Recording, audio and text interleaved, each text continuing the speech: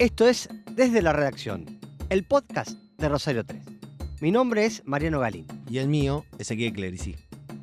En este episodio vamos a charlar con el científico Javier Paladnik sobre transgénicos. Paladnik está especializado en biotecnología. Tiene un doctorado en el país y un postdoctorado en el exterior. Es investigador del CONICET y hoy preside el Instituto de Biología Molecular y Celular de Rosario.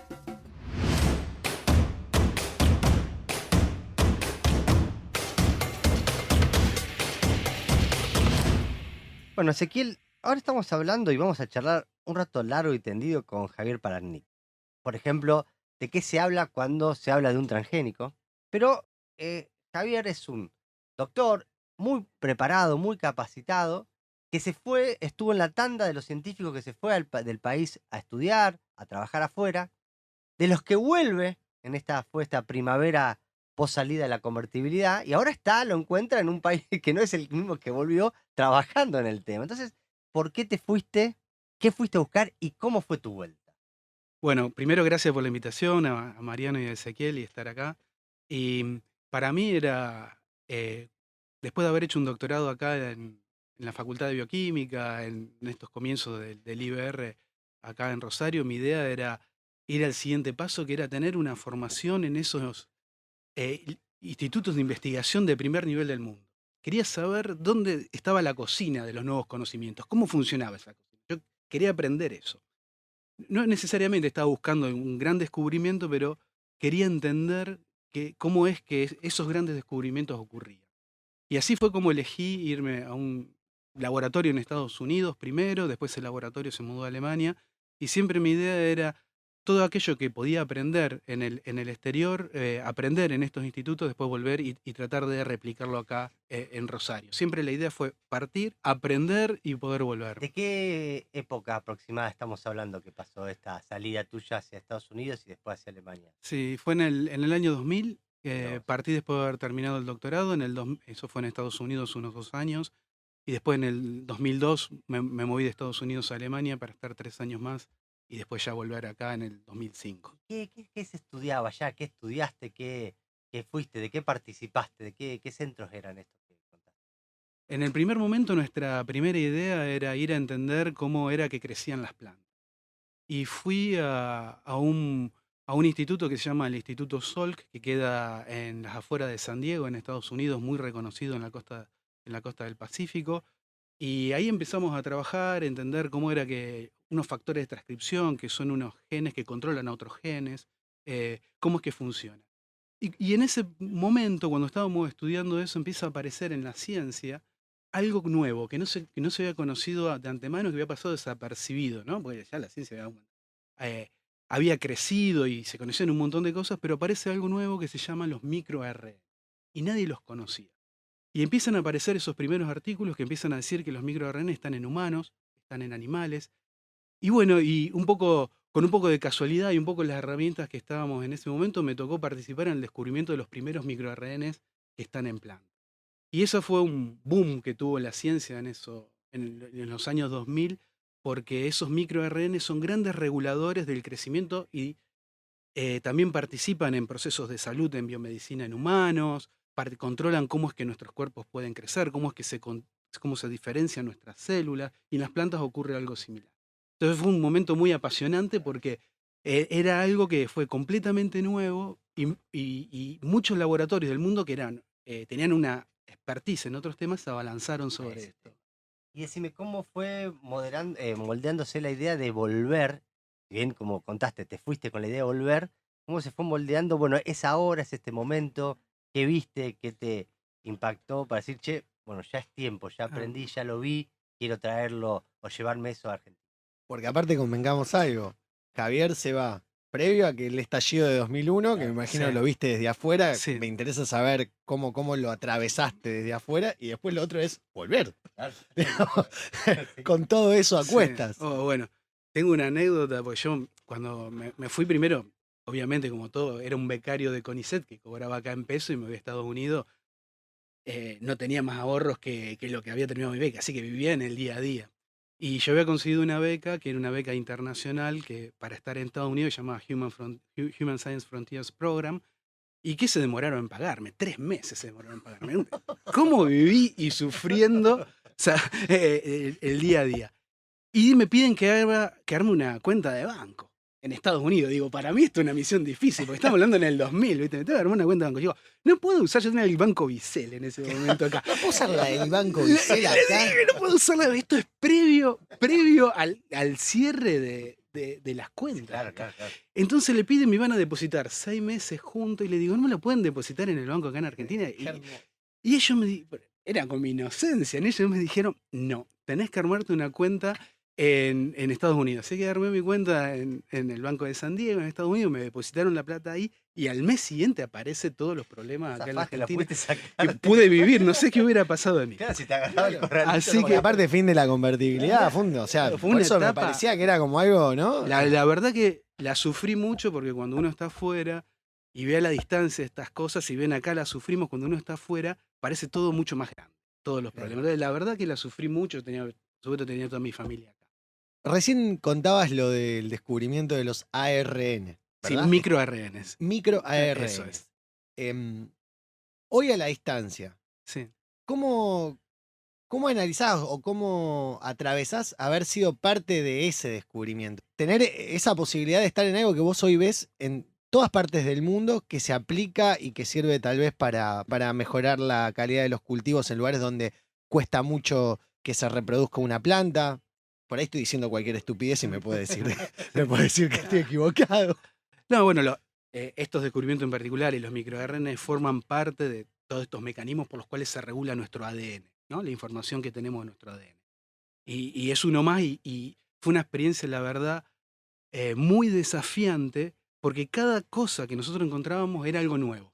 Claro. Y había que diseñar las estrategias para estudiar algo nuevo. Entonces no era más de lo mismo o una vuelta de tuerca, algo que ya se sabía, era realmente empezar a avanzar sobre algo donde había muchas novedades y no sabíamos con qué nos íbamos a encontrar. Entonces, la verdad, lo recuerdo con mucha pasión, digamos, con muchísimo entusiasmo, ¿no? Con ese ir a través de esos desafíos que se presentaban día a día. Y también, bueno, Mariano hace un momento me preguntaba, ¿y por qué la decisión de volver? Y bueno, justamente se comieron esas cosas, porque en esos 5 años que estuve afuera, habíamos avanzado en este tema de trabajo y es como que hemos completado la etapa. Esa es la etapa que se llama del postdoctorado, que es después de terminar un doctorado que había hecho acá en la Argentina, hice el postdoctorado en el exterior. Y ahí es donde venía la decisión, que era el momento de buscar una posición permanente, ahora sí como director de grupo de investigación, y lo podía hacer en Estados Unidos, podía hacerlo en Europa o podía hacer volver acá. Así que después de haber terminado esa etapa fue que me pareció el momento de volver acá a la Argentina, a Rosario, de donde yo soy, de Ujú. Rosario. Si hubiera tenido a lo mejor la posibilidad de volver a otra ciudad, no la hubiera tomado, ¿no? Se dio la posibilidad de volver acá y eso fue lo que me entusiasmó. Y así que esa fue la decisión, el momento del cambio de la ¿Qué etapa. época estamos hablando más o menos? Esto en el 2005. 2005 es cuando volvés acá y ahora hoy ya sos director del IBR.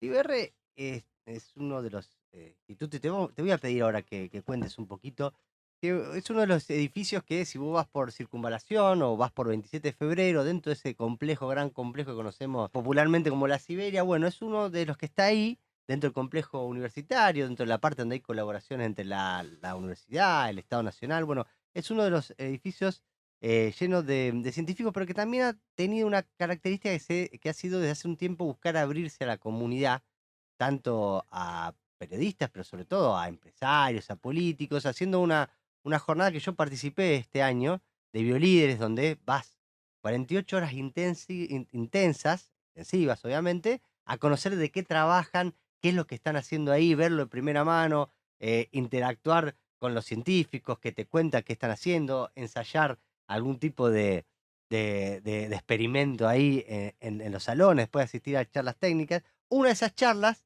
era la que me motivó después, ese que yo te dije, "Che, esta charla está buena para contarla", y que arrancaba pensando de qué hablamos cuando hablamos de transgénicos, que me quedé con esa idea. Pero previamente, contanos qué es el IBR, qué hacen ahí, qué estudian ahí, quiénes son parte, contanos algo de la estructura, cómo se financia. Sí, bueno, el instituto, en este momento somos un poco menos o casi 250 personas. Vos tenés 65 investigadores de planta de CONICET, tenés 30, 35 personas que son personal técnico, profesionales y administrativos. Tenés unos 120 becarios de CONICET que están haciendo el doctorado o el postdoctorado, y tenés pasantes universitarios, también tenemos pasantes de secundaria que trabajan en las distintas líneas de investigación que hacemos. En esas líneas de investigación que tenemos, vos tenés líneas que son de biomedicina, que trabajan en biología molecular animal, pueden trabajar en virus, tenés biología molecular vegetal, esa es mi línea en particular, que está asociado con la agrobiotecnología. Tenés líneas de microbiología, que tiene que ver también con enfermedades infecciosas, y tenés líneas de investigación que tienen que ver con bioquímica, biofísica y biología molecular. Todas esas líneas de investigación, que son diversas, es una particularidad de nuestro instituto, porque hay otros que están mucho más enfocados en una en una temática, sola. en particular. Entonces, el IBR fue creado de esa manera, que permite una interacción interdisciplinaria, ¿no?, entre las distintas áreas, es parte de lo que nos enriquece y también parte de los desafíos que tenemos. Entonces, el instituto tiene un primer perfil, que es un perfil de investigación básica, es decir, hacernos preguntas y decir cómo funcionan las cosas, cómo puede avanzar el conocimiento, ¿no? Hacer preguntas por curiosidad, pero con un objetivo de empezar a comprender más cómo funcionan los seres vivos. Hacernos esas preguntas no es trivial. Y si bien nuestra búsqueda es de comprensión de los seres vivos, siempre buscamos y estamos atentos a cuáles son las aplicaciones prácticas que pueden tener. Entonces, esas aplicaciones prácticas han dado a la presentación de patentes. Esas patentes no están solamente en Argentina, sino que están siendo en Estados Unidos, pueden estar protegidas en China. Es parte de esa industria que genera dólares también a la En, Argentina, en digamos. parte también puede traer dólares. O sea, uno por ahí licencia una patente, un descubrimiento a una empresa de Estados Unidos, y yo creo que es un orgullo que, Sí. que una empresa de Estados Unidos considere algo suficientemente innovador para poder tomar esa licencia y llevarlo adelante. Y además, me parece también lo fundamental acá es que ¿viste? Se desvaloriza el trabajo del científico en De Argentina, base, digamos. la ciencia de Claro. base, la pregunta Sí. de base. Bueno, Sí, como me gastan plata el pedo en el CONICET, en no, esto y lo otro. Y realmente esa inversión es la que genera que se puedan patentar este tipo de se cuestiones. patenta, ¿no? Y se forma el conocimiento para ahora sí disparar nuevas empresas y startup local. Entonces tenemos también un ecosistema de empresas locales que han partido desde el instituto, han partido del IBR, que lo han hecho desde eso, una tradición que se viene haciendo. Ahora a lo mejor las startups es una palabra que escuchamos mucho más ahora, pero el instituto viene trabajando con startups desde hace muchos años, y esas patentes a veces sirven de puntapié inicial para esas startups que se forman acá. Entonces no solo es que tenés una empresa, sino que tiene una propiedad intelectual sobre algo que se descubrió. Y lo otro que hace el instituto a partir de esas unidades tecnológicas con equipamiento de alta tecnología es que le prestamos servicio a las empresas. Entonces vos tenés a lo mejor equipamiento que puede estar en el orden del $1.000.000, que para una empresa mediana o pequeña es imposible de adquirir, y más aún, no solo es difícil hacer el equipamiento, sino formar los recursos humanos Para manejarlo. para claro, manejarlo y entenderlo. Eso a lo Sí, mejor sí, te sí. lleva años. Entonces eso lo hacemos del instituto y prestamos el servicio. Entonces pueden venir las empresas o otros laboratorios de investigación de otras ciudades, pero pueden venir al instituto y ahí traer y hacer los análisis y recibir ese tipo de información sin tener que generar esos departamentos de investigación y desarrollo con este equipamiento tan caro. Así que estas son 3 patas de transferencia tecnológica, pero además hay algo que es muy importante que hacemos en el instituto, y es la formación de recursos humanos de la mejor calidad posible. Que esos recursos humanos justamente puedan, luego de hacer un doctorado, incorporarse a posiciones clave en el sector productivo, incluso en el Estado, en gestión, pero que que van con un conocimiento y una capacidad para resolver problemas que le pueden dar un plus, que a lo mejor una simple salida de una carrera universitaria no es suficiente. Es decir, ese entrenamiento con el pensamiento crítico, de poder resolver problemas, y eso es un rol que tiene el instituto que para nosotros es realmente muy importante, ¿no? A lo mejor son los estudiantes del instituto o becarios del instituto son los que pueden armar las empresas el día de mañana, los que pueden actuar como emprendedores o incorporarse al sector productivo en departamentos de investigación y desarrollo. ¿No también les produce a ustedes ciertos desafíos esta idea de que vengan con problemas del sector privado que tal vez ustedes no estaban observando en ese momento, lo que sea, y que por utilizar la aparatología que ustedes tienen, a ustedes también los ponen en ese lugar de decir, che, mirá lo que está pasando acá, está buenísimo esto, lo podemos mejorar nosotros, lo podemos empezar a estudiar para que no tengan este problema, no sé. Es muy bueno lo que preguntás y ahí es donde profundizamos en de qué manera uno puede vincularse con el sector productivo. Entonces uno puede haber distintas herramientas para hacerlo. Incluso a veces puede haber hasta apoyo del Estado para participar en este tipo de cosas. Porque uno puede prestar un simple servicio donde hace un análisis o puede generar un convenio de investigación y desarrollo. Y eso sirve para resolver problemas más complejos. Entonces esas son, digamos, opciones donde en esa interacción que hay entre el sector académico y el sector privado es donde uno conversa y ver qué es lo que se puede llevar adelante. Pero es un aprendizaje mutuo, porque el sector privado tiene que aprender de cuáles son las capacidades y qué es lo que realmente podemos llevar adelante y nosotros poder también aprender del sector productivo a ver dónde está ese match, ¿no? Exactamente, que son acuerdos que hay que construir. Venimos charlando en este espacio siempre de la biotecnología, anclada en el campo y también anclada en la ciencia de la vida, como dos sectores a explotar que tiene Argentina de cara a posicionarse mejor en el mundo económico que ya es real, pero que se viene cada vez con más fuerza. Entonces, por eso esta insistencia en valorizar ante la opinión pública la biotecnología. Entonces, pero para llegar a eso, primero vamos a empezar por el ABC porque uno ve que hay todavía discusiones permanentes y no saldadas, o al menos en la opinión pública. Y es el primer tema, y que incluso lo abordaba Javier en la charla en el IBR que le daba cuando yo participé, ahí había funcionarios, empresarios, docentes de otros sectores, había, no sé, gente del rectorado, o sea, era un grupo bien variopinto. Entonces vamos a empezar por la charla donde vos hablabas, vamos a empezar, y además lo interesante de esto, ¿de qué hablamos cuando hablamos de transgénico, lo que llamamos esta naturaleza que tiene procesos transgénicos ya mismo, ya no como algo artificial que le estamos introduciendo a la naturaleza? ¿Y cómo ves vos, explícanos esto, y cómo ves vos este debate que cada 2 por 3 es ocurrente, al menos en esta parte del mundo? Bueno, justamente parte de las funciones que tenemos en el instituto es participar en la comunicación, ¿no? En la sociedad. Y ahí tenemos distintas actividades, de puertas abiertas, jornadas. Y una de ellas justamente es el taller de biolíderes que menciona Mariano, donde en uno de los temas en particular que abordamos es el tema de los transgénicos, que es algo que nos ha llamado la atención, que nos parece que tuvo un comienzo muy definido y que eso es el significado, ¿no?, de la biotecnología. Pero en realidad el ser humano viene haciendo biotecnología, a lo mejor sin saber lo que es el ADN desde hace más de 10.000 años. En determinado momento ya es que el ser humano ya empezó de alguna manera a seleccionar el ADN de las plantas y de los animales que no. Entonces, lo primero para recordar es que todos los seres vivos tenemos ADN. Y ese ADN que tenemos adentro en cada una de nuestras células, ese ADN es el que tiene la información genética. En el caso de nosotros, los seres humanos, ese ADN es el que va a decidir el color de los ojos, nuestra altura, va a decidir nuestro grupo sanguíneo, si somos susceptibles o no a alguna enfermedad, es decir, va a tener un montón de funciones. En las plantas pasa lo mismo. Y bueno, siempre ha habido un interés por mejorar la productividad, el rendimiento de las plantas y hacerlas mejores cultivos, ¿no? O sea, para tener el mejor sabor, el rendimiento, la textura. Y bueno, la historia de las plantas transgénicas comienza con el estudio de unos tumores que a veces tienen las plantas en los tallos, que incluso si caminan acá a lo mejor por las calles de Rosario, cada tanto se ve como una pelota que se le forma. En los árboles se ve bastante. Sí, tiene una pelota y dice, ¿qué es esto? ¿Viste? Entonces una pregunta que hicieron en los 80, en los 90, científicas y científicos que empezaron a estudiar ese proceso.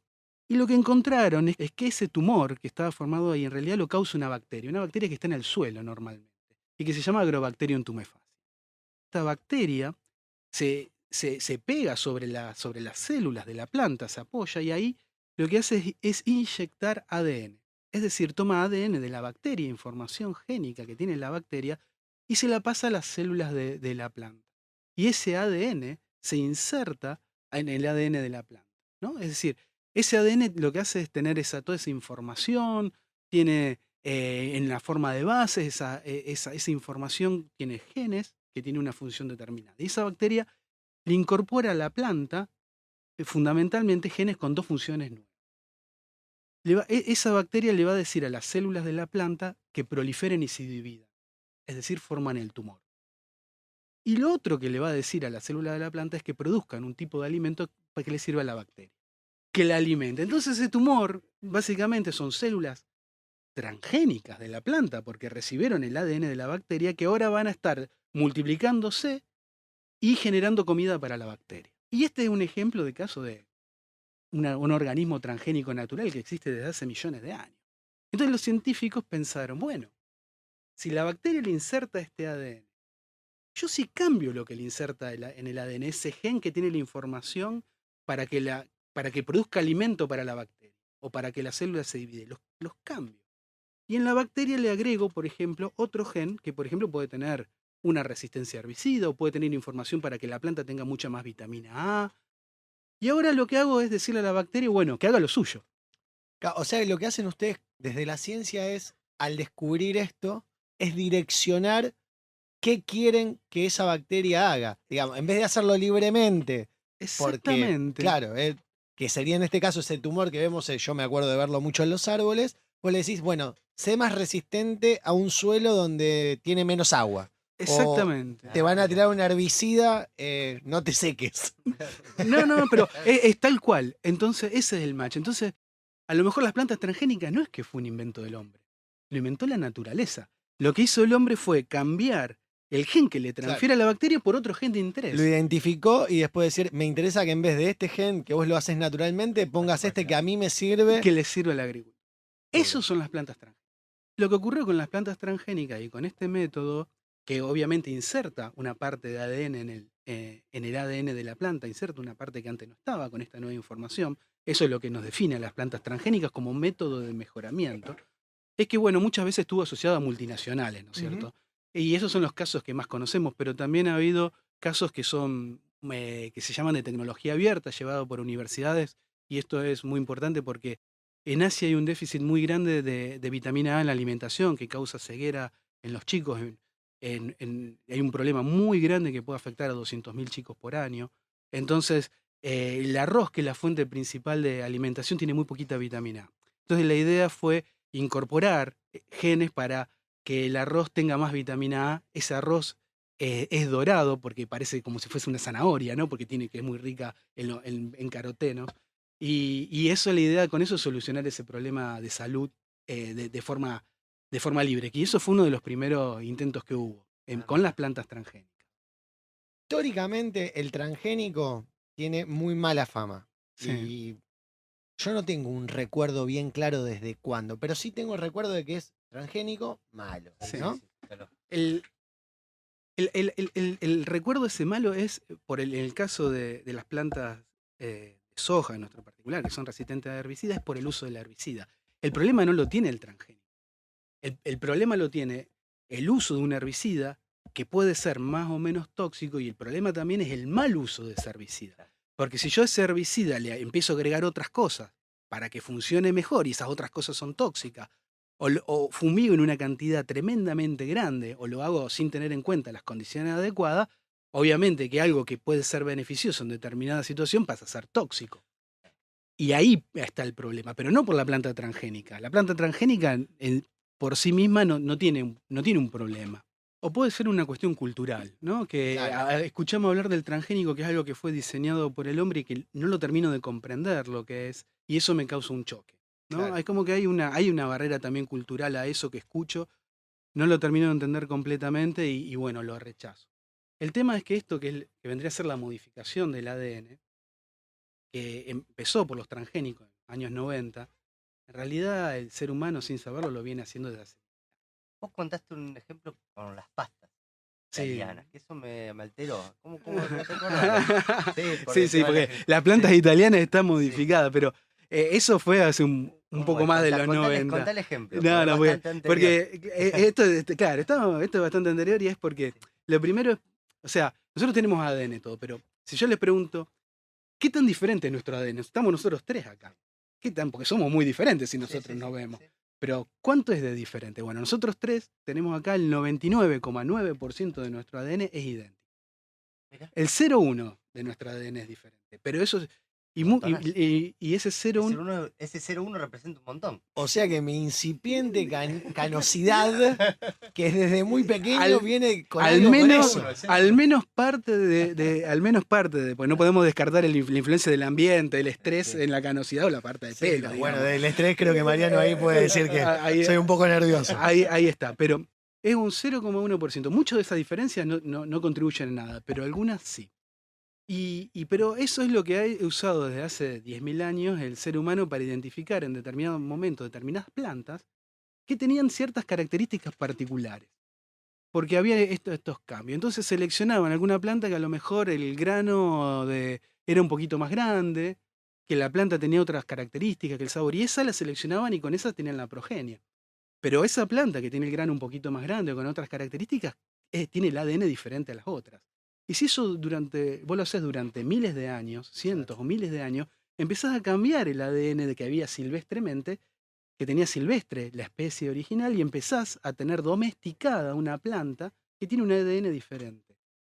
Vos sabés que me hiciste acordar a algo en eso. En 2003 viajé a Perú y estaba fascinado porque íbamos a distintas ruinas y nos mostraban los lugares en donde cosechaban más de 200 tipos distintos de papa.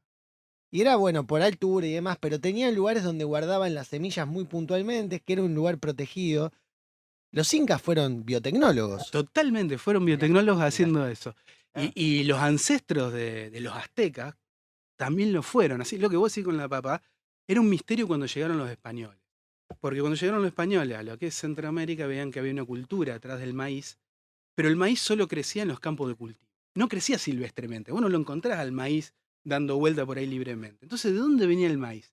Y bueno, lo que habían hecho los ancestros de los aztecas durante un proceso que empezó 9.000 años atrás y duró miles de años, fue partir de una planta que se llama teosinte, que uno la ves como un pasto, no te dice nada. Y empezar a seleccionar cambios en eso y decir, bueno, en el teosinte tiene la semilla, el grano tiene una cáscara. Bueno, encontraron una variante de teosinte que no tiene cáscara, el grano está desnudo, como en el maíz. O que la mazorca es más grande, o que los granos no se desprenden, que es lo que vos querés para el cultivo. Obviamente ese maíz que tiene el grano desnudo, sin la protección de la cáscara, que el grano no se dispersa y otras características más, no sobrevive mucho de manera silvestre. Entonces, eso es biotecnología. Y hoy en día sabemos que los ancestros de los aztecas, de las culturas en Centroamérica, cambiaron el ADN fundamentalmente en 5 lugares, en 5 genes, para convertir de esa variedad silvestre que se llama teosinte a lo que hoy es el maíz.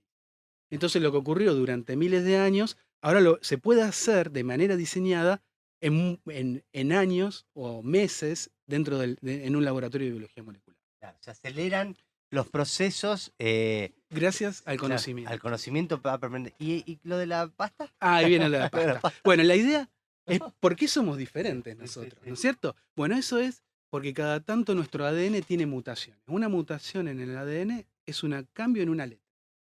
¿Mm? ¿Qué es lo que cambia esas letras? Eso es lo que hace nuestra diversidad en las plantas. Bueno, puede haber distintas maneras de que ocurran estos cambios. Uno es muchas veces, todas nuestras células tienen ADN. Cada vez que se divide una célula y generamos dos, ese ADN tiene que copiarse para ir a cada célula. Cada tanto hay un error y aparece una mutación. La mutación puede ser silenciosa, puede ser buena, puede ser mala. Y lo otro que puede pasar es que el ambiente, haya algo en el ambiente que pueda causar una mutación. Fundamentalmente es la luz ultravioleta que está en la luz solar. Eso cambia, eso produce cambio. Y eso es lo que hace la variación natural y es lo que usaban las culturas y es básicamente lo que se modificó. Hoy todo lo que vemos en la granja, en los cultivos, todo fue seleccionado y domesticado en su ADN, de esta manera seleccionando individuos. Y lo que ocurrió en los años 50, ahí viene lo de la pasta, que decía Mariano, es que hubo gente que se dice, bueno, ¿y estas mutaciones hay que esperar a que aparezcan por el sol o por errores? ¿Por qué no le damos a la planta algo que mute el ADN de manera mucho más fuerte? Por ejemplo, material radioactivo, rayos gamma, un mutágeno químico que obviamente es cancerígeno, pero que le cambia el ADN, que cambia esas letras y la secuencia en el ADN, y cambia. ¿Y qué pasa si hacemos eso en las plantas y aceleramos el proceso de mutación? Y hubo muchísimos cultivos que fueron generados de manera artificial, produciéndole mutaciones. Uno de ellos es el caso de la pasta italiana, donde fue mutada en muchos lugares en ese ADN, y algunos de esos cambios fueron lo que le dieron esas propiedades para poder hacer pasta seca, y es lo que hoy comercializamos. Es decir, O sea, el trigo, ellos modificaron su el trigo. modificaron el trigo para comercializarlo y que el trigo tenga esas propiedades para poder hacer la pasta. No es un transgénico, porque el transgénico está definido por ese fenómeno en el que insertamos un ADN. Acá lo que hicimos fue cambiar el ADN Totalmente. por todos Por lados, todos lados. y, No y puede ese ser. método, y salía al mercado sin ningún problema. Y eso se sigue usando hoy en día. Si vos me decís a mí, ¿qué le tengo que dar de comer a mis hijas? Un transgénico que está hiper ultra estudiado, si fue ¿O cultivado. pasta italiana? Bueno, ahí aparecen las discusiones, ¿viste? Porque el asunto es, bueno, no es por la planta transgénica, no, bueno, en el caso del herbicida, sino cómo se usa el herbicida. Pero el tema es que con esta manera de modificar a las plantas salieron un montón de cultivares. Yo ponía el ejemplo en el taller de biolíderes que hay un pomelo, que vos tenés un pomelo que, bueno, las frutas tienen semillas, es lo que tienen que tener, y que fue hecho con rayos gamma para generar una variante que no tiene semillas. Vaya uno a saber la cantidad de otros cambios que tiene ese pomelo. Y después te lo venden. Siempre pienso eso cuando compro mandarinas sin semilla y digo, esto está buenísimo, pero... No es transgénica, no ¿Qué es pasó ahí? transgénica. Claro, no es transgénica. Pasaron cosas, pero no es transgénica. Claro. Y ese pomelo después te hacen una mermelada que fue crecida totalmente, viste, ecológicamente, te la venden súper cara porque es una mermelada de pomelo ecológico. Pero le tiraron una central nuclear le encima. tiraron una básicamente. es lo que vos decís, se llama jardinería atómica, le pusieron en Japón, todavía Ah, sigue bien, en o sea que no es pusieron. eso. Qué bueno jardinería atómica. Es buenísimo. Un concepto increíble. Y eso se vende sin problema. Claro, Eso claro, se vende claro, sin claro. problema. Y Libre de agrotóxicos. exactamente, es libre de agrotóxico, ¿entendés? Totalmente, Sí. pero bueno, pasaron cosas en eso. Entonces, cuando uno habla de transgénico, decir, bueno, el transgénico, obviamente que hay que estudiar si no tiene ningún problema de toxicidad, y eso es importante porque a veces nos pensamos que las plantas silvestres son todas naturales y son todas buenísimas. No son todas buenísimas. Plantas naturales, porque justamente no les gustan las plantas que los animales las anden comiendo, ¿no? Entonces tienen un montón de compuestos tóxicos para poder defender. Entonces, cuando uno hace todos estos cambios, todo ese tipo de mutación en las plantas, bueno, a lo mejor merecen un estudio mayor del que reciben, y nuestra atención está en los transgénicos, ¿no es cierto? No en este otro tipo de cambios. Pero, o sea que vos seguramente cuando hubo incluso en algún momento una carta que firmaron muchos premios Nobel a favor de los transgénicos, justamente de la falta de toxicidad, ¿no? de la carencia de evidencia de toxicidad de los transgénicos, es porque uno cuando comprende que venimos desde hace 10.000 años modificando el ADN y que hemos hecho cosas y que seguimos haciendo modificaciones en el ADN de la planta de manera muy importante, digamos, las plantas transgénicas son un método. Pero es el método que ha recibido el rechazo Mirá popular. vos, es el que logró, el que generó esa tensión. Sí. Esa... Y ahora viene el Sí. futuro. El futuro viene en algo que se llama CRISPR. ¿Y qué es lo que es CRISPR de vuelta? Un descubrimiento completamente inesperado, sorpresivo, que viene de vuelta de la ciencia básica, de la ciencia fundamental. Y lo que están estudiando es cómo unas bacterias, que son unos microbios, unos microorganismos, cómo estas bacterias se defienden de virus, que también tienen virus. Y esas bacterias usan unos sistemas en los cuales cuando el virus las infecta, se defienden y atacan ese ADN. Y lo que es el ADN del virus, lo que se dio cuenta, y recientemente, hace no muchos años, es que esos sistemas pueden ser utilizados no solo por bacterias, sino por humanos, para ponerlos en planta, para cambiar una letra del ADN por otra y diseñar qué letra cambia.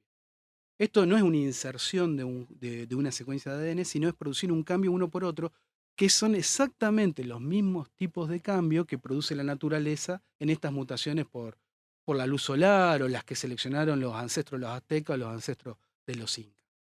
Y esto generó una explosión, porque ahora no estamos hablando de plantas transgénicas, estamos hablando de una herramienta que yo puedo utilizar de manera muy sencilla para cambiar una letra del ADN por otra y cambiar las características que tiene ese cultivo. No solo de los cultivos, sino que uno podría editar el ADN del ser humano si llega a haber una enfermedad genética. Y ahí es donde se viene la explosión que está en este momento hoy en día. Y me interesa en ese sentido cuáles son las discusiones éticas, ¿no? y filosóficas que trae con eso. Hay una discusión que incluso dependió, es muy buena el tema, la pregunta es muy bueno el tema porque cada país lo tomó de manera diferente. Entonces vos decís, Estados Unidos tomó, y este cambio que se hace por CRISPR, que me cambia una letra del ADN por otra, es exactamente la misma que yo encuentro en la naturaleza. Si es lo mismo y yo no puedo distinguir entre los dos, esto no es transgénico, esto puede comercializarse directamente. Esa es la lógica de Estados Unidos. En Europa no. En Europa lo consideraron que esto debe ser considerado como un organismo genéticamente modificado. Y hay un montón de discusión, porque por un lado es, si yo ahora vuelvo a generar la pasta italiana y la genero exactamente por el método de CRISPR en vez de por este método por mutagénesis al azar que hicimos antes, entonces esta nueva pasta transgénica es modificada genéticamente, pero la anterior no lo es. ¿Cómo es? O hay que sacar del mercado la pasta italiana, porque está modificada genéticamente. Entonces la discusión, bueno, si es un método viejo puede seguir, las cosas nuevas son modificadas. Pero la gente que trabaja en agrobiotecnología en Europa hace un llamado de alerta, porque dice, acá vienen nuevos modelos de producción, va a venir un montón de nuevas variedades de plantas tolerantes sobre todo tolerantes a enfermedades, tolerantes al medio ambiente, con mayor rendimiento. Nosotros nos estamos quedando atrás en Europa. O sea, va a venir una avalancha que en Estados Unidos toma de esa manera y que en Argentina también sigue esos pasos, donde hay una oportunidad para quedarnos, una mala oportunidad no aprovechada en Europa. Entonces esa es parte de la discusión en estos momentos. ¿Y Argentina? ¿Qué lugar ocupa en esta discusión? O sea, ¿qué se puede hacer de esto sobre lo nuevo que estás contando ahí? ¿Qué estamos haciendo? ¿Cómo estamos participando de esta discusión que se viene? Y Argentina, bueno, primero que la tecnología está nueva para hacer CRISPR en cultivos, ya está acá y se están usando por los laboratorios de investigación. La usamos nosotros en el IBR, tanto para trabajar sobre cultivos. O sea, en Argentina la legislación en principio indicaría que no sería considerado como un transgénico, o sea que podría ir directamente a los sistemas de mejoramiento. Y en el IBR entonces trabajamos utilizando CRISPR para modificar cultivos y también diseñar nuevos métodos más eficientes para utilizar CRISPR. Entonces eso forma parte también de nuestro día a día. ¿Y el enfoque lo tienen ya claro? Que digamos va a ser plantas, algún otro tipo de organismo vivo o no. Sí, en el instituto CRISPR se puede utilizar en los distintos modelos, tanto de animales como en plantas, y las distintas líneas de investigación lo están usando como herramienta. O sea, tenemos herramientas en animales que utilizan modelos de vertebrados, que pueden utilizar el modelo del pez cebra, que Mariano estuvo haciendo transgénico con sí. peces. Afortunadamente no generé ningún mutante ni nada de eso, raro. Pero sí, fue muy interesante. Fue muy Trasca Galinde. Sí. Mi equipo no fue el ganador porque era mucha presión fina y no lo pude sostener. No va a erradicar la humanidad, te lo pido por favor, Galinde. No, pero anduvo muy bien. Bueno, y en eso se puede hacer claro, para modificar y utilizarlo como modelo y simular. No nos olvidemos que muchas de las enfermedades genéticas o incluso el tumor o el cáncer es un cambio que se puede dar en una sola letra del ADN.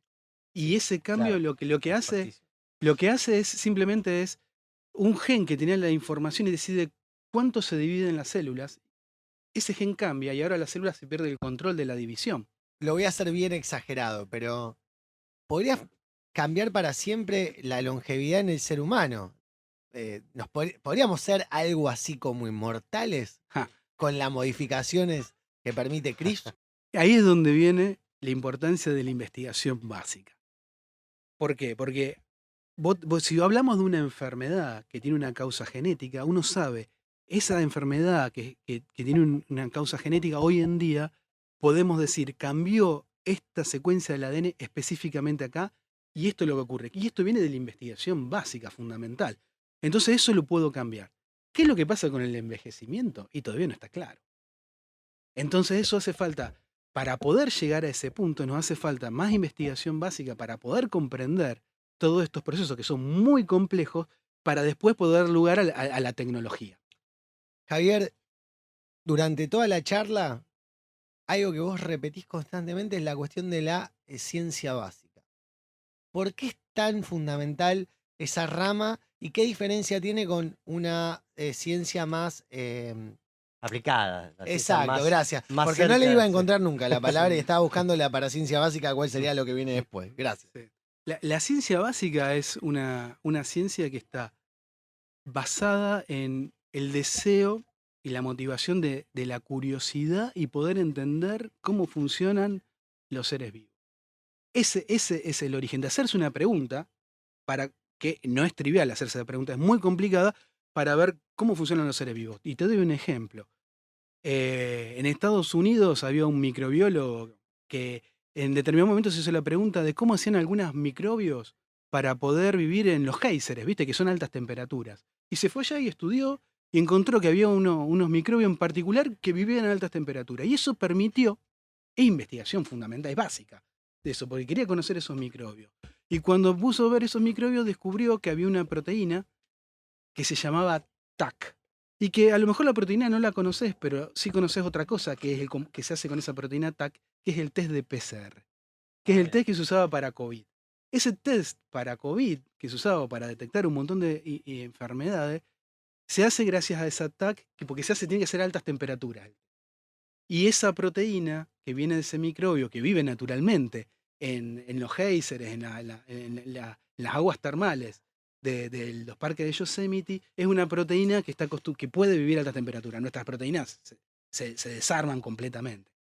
Entonces, ese es el tipo de ejemplos que uno tiene de investigación dirigida por la curiosidad y que después puede dar lugar a las aplicaciones tecnológicas genuinas, ¿no? Genuina de decir, bueno, esta es una aplicación tecnológica importante. Si no aplico lo que hizo otro lado y lo replico acá, puedo sustituir importaciones, puede haber distintas maneras que son muy valiosas para hacer. Pero no es ese salto cuantitativo importante de algo realmente nuevo con innovación.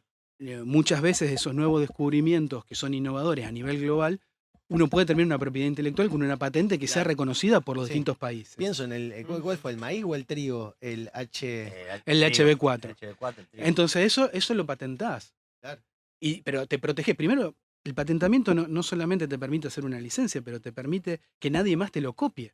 Porque es lo suficientemente original para que alguien te lo pueda copiar. Entonces vos lo podés desarrollar acá. Vos necesitas la patente en Estados Unidos, en China. En China la necesitas para que no venga alguien y te lo copie. Entonces después lo desarrollás acá en Argentina para el mundo, pero es necesario protegerlo.